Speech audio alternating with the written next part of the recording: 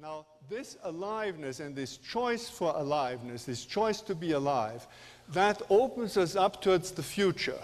Because if it's alive, it's surprising. And if it's surprising, it's open to the future, because that's the essence of future, surprise. And surprise is the best name of that which some people call God. See? Because if we call it with any other name, we are boxing it in. But if we call it surprise, it's really the living God, the source of our life. It's this, and hope is our openness towards surprise. And this is a very important thing, that we learn to distinguish between our hopes and hope. Our hopes are always hopes for something that we can imagine. If you couldn't imagine it, how could it be one of your hopes? But hope is openness for the unimaginable. So it's difficult to say whether you are a person of hope or of hopes until all your hopes go down the drain. If you go down the drain with them, then you were a person of hopes. But if you come back with a whole crop of new hopes, then you're a person of hope, because you're open for surprise.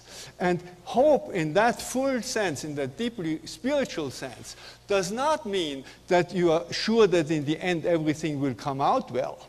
But you are sure that if everything comes out worse than you ever thought, it will be the best. That's the difference. See?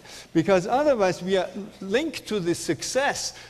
We are attached to what we hope for.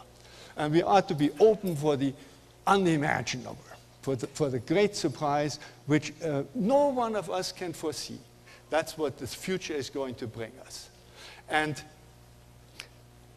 to link all this, to link this aliveness with your personal experience, I would like you now to remember one of those moments where you were really alive, where you were really open towards the future, open towards this great surprise, a moment in which meaning flowed into your life, a moment in which you felt united and in communion and belonging to all beings, and not only to all humans, to all animals, to all plants, to the whole universe, at home in the universe, belonging to the universe.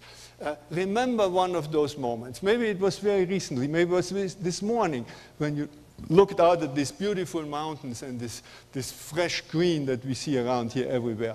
Maybe it was long time ago. Maybe it was when you were a little child and you woke up one morning and you sat on a fence dangling your legs and didn't think anything special. You just belonged. You were just present there. You have just this bliss of limitless belonging. Can you remember one of those moments? Try to make it as specific as possible. See?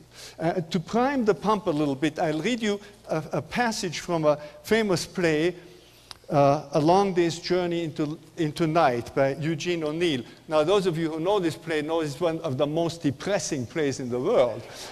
So you might be surprised that we have one of those peak moments right in the middle of it. But that's true, and this is one of the finest descriptions I've ever found. So I'm going to read it to you, a little part of it. This is Edmund telling Tyrone about his peak experiences, about these moments of full aliveness.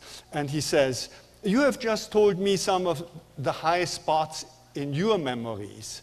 Do you want to hear mine? They're all connected with the sea. Here's one.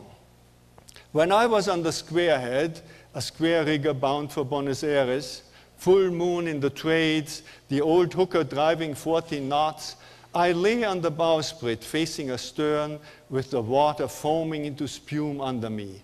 The masts with every sail white in the moonlight towering high above me. I became drunk with the beauty and singing rhythm of it, and for a moment I lost myself. Actually, lost my life. I was set free. I dissolved. I became sea, became moonlight and the ship and the high dim-starred sky. I belonged. I belonged without past or future, within peace and unity and a wild joy. I belonged within something greater than my own life, or the life of humans, to life itself, to God, if you want to put it that way. The joy of belonging to the fulfillment beyond men's lousy, pitiful greed and fears and hopes and dreams.